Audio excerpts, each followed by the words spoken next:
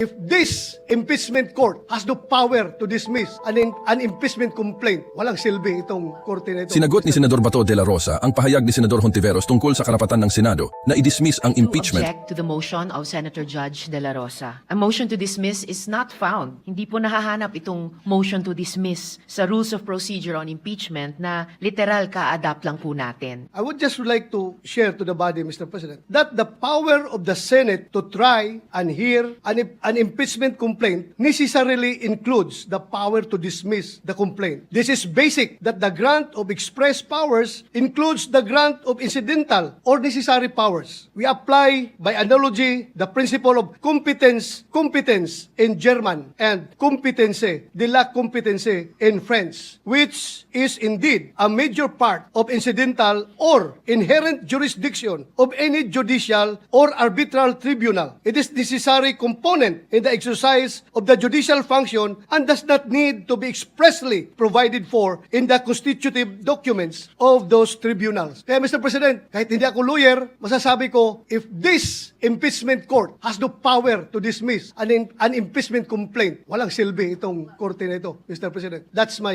opinion, Mr. President. Ano bang gamit ng korte na ito kung hindi inherent yung power niya to dismiss? So that's my humble legal opinion, although I am not a lawyer, Mr. President.